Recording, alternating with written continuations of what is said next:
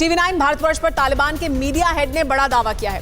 पहली बार 9/11 हमलों पर तालिबान ने अफसोस जताया है। तालिबान ने कहा है कि अलकायदा से उसका कोई संबंध नहीं है।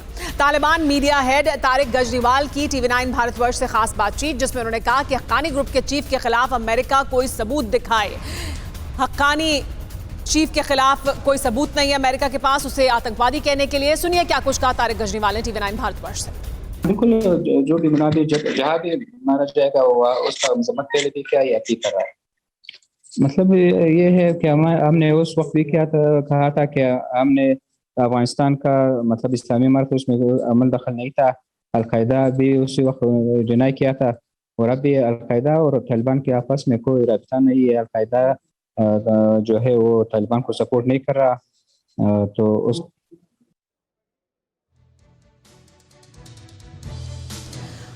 कुमरो रंजीत भी राय आपसे मैं सर ये जानना चाहूंगी कि तालिबान देखिए बदला हुआ जरूर है, अभी भी जो बात वो कह रहा है कि 9/11 का अफसोस है, अलकायदा से संबंध नहीं है, यानी वो जो PR है उसको पूरी तरह से मैनेज करने की दुनिया में कोशिश कर रहा है, अपनी इमेज बिल्डिंग कर रहा है।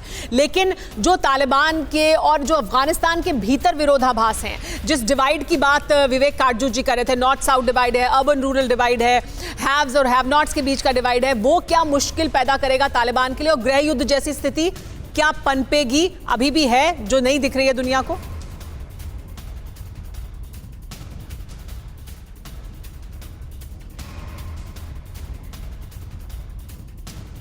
सर रंजीत जी, आपको आवाज मिल रही है? बिल्कुल आवाज मिल रही है। सर मेरा प्रश्न आपसे था जी। बिल्कुल, काटजू साहब ने आपको बिल्कुल ठीक समझाया।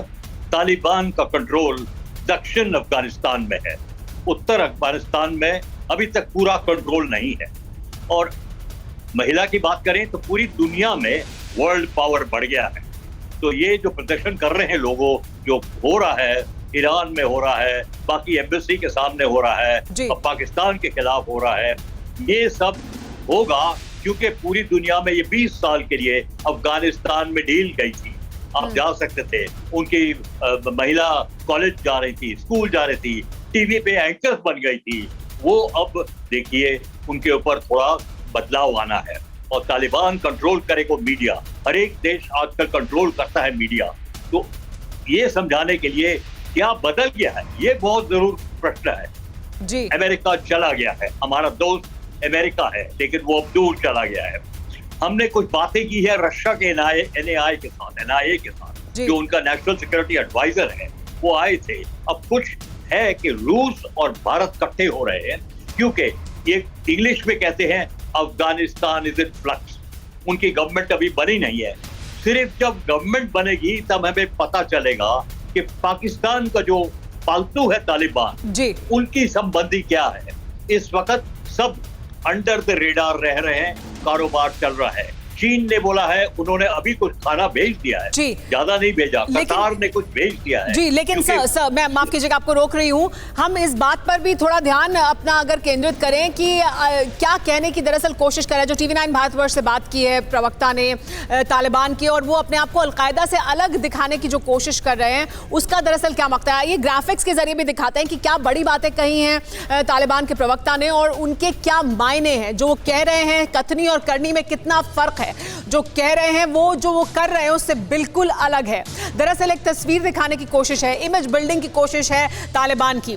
सवाल पूछा गया उनसे ये कि क्या अलकायदा सपोर्ट कर रहा है आपको, ये जवाब मिला ऐसा कुछ नहीं है, उनसे कोई सपोर्ट नहीं है। हालांकि हकीकत इसके बिल्कुल उलट है। सच्चाई यह है कि अलकायदा के आतंकी तालिबान के साथ लड़े, उनका समर्थन उन्हें लगातार मिलता रहा, लेकिन अब इस हकीकत से अपने आप को दूर करना चाहता है तालिबान। एक और सवाल हमने पूछा कि 9/11 को जो हुआ था वो क्या गलत था। इस पर सब जवाब हुआ कि जहां आम लोग मारे जाते हैं वहां गलत ही होता है, यानी 9/11 गलत था। लेकिन हकीकत क्या है, सच्चाई है कि तालिबान को अफसोस नहीं है। तालिबान की कथनी और करनी में फर्क है, क्योंकि 9/11 होने के बाद 20 साल तक अलकायदा का समर्थन लेता रहा है तालिबान, उनके साथ वो लड़ते रहे हैं और अभी भी मौजूद हैं उनके साथ। एक और सवाल ये कि कैबिनेट में महिलाएं क्या शामिल होंगी, इस पर देखिए क्या जवाब मिला। अभी हमारी 80% कैबिनेट बनी है, पूरी कैबिनेट बनने पर आपको पता चल जाएगा। यानी साफ तौर पर इनकार नहीं किया है, साफ तौर पर हाँ भी नहीं किया। लेकिन हकीकत क्या है, तालिबानी नेताओं ने कहा महिलाएं सिर्फ बच्चे पैदा करने के लिए, ये हकीकत है और ये सोच है।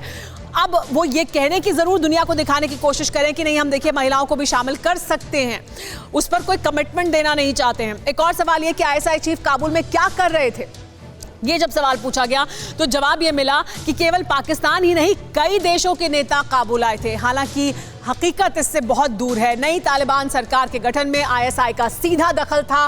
कहा यह तक जा रहा है कि उन्होंने बैठकर पूरी लिस्ट बनाई है, बताया है कैसे अलग अलग फैक्शंस को साथ लेकर आए और सरकार बनाए। जो विरोधाभास थे, जो आपस में गुटबाजी थी, उसे दूर किया है। हक्कानी के बैन पर क्या कहेंगे जब यह सवाल पूछा गया तो हक्कानी हमारा बड़ा कमांडर है, अमेरिका बिना सबूत के हक्कानी को आतंकी कह रहा है, ये कहा। सच्चाई दरअसल इससे बिल्कुल अलग है। सच्चाई ये कि दुनिया मोस्ट वांटेड आतंकी तालिबान का मंत्री है। मंत्री पद दिया गया है, उसको जिम्मेदारी दी गई है और अब ये कह रहे हैं कि उसके खिलाफ कोई सबूत नहीं है। महिलाओं के ना खेलने का फरमान क्यों दिया, ये सवाल पूछा गया तो अनुवाद में गलती हुई, पश्तून में बात हो रही थी। यानी इस पर भी कोई साफ तौर पर कमिटमेंट नहीं। दुनिया के सामने इमेज अपनी दिखाने की कोशिश है कि वो नया तालिबान है, बदला हुआ है, महिलाओं के हक की बात कर रहा है। तालिबान के डर से महिला खिलाड़ी घरों में छिपी हुई हैं। बहुत सी महिला खिलाड़ी अफगानिस्तान छोड़कर वहां से जा चुकी हैं। परवाह देश की, सोमवार से शुक्रवार रात 10 बजे TV9 भारतवर्ष पर।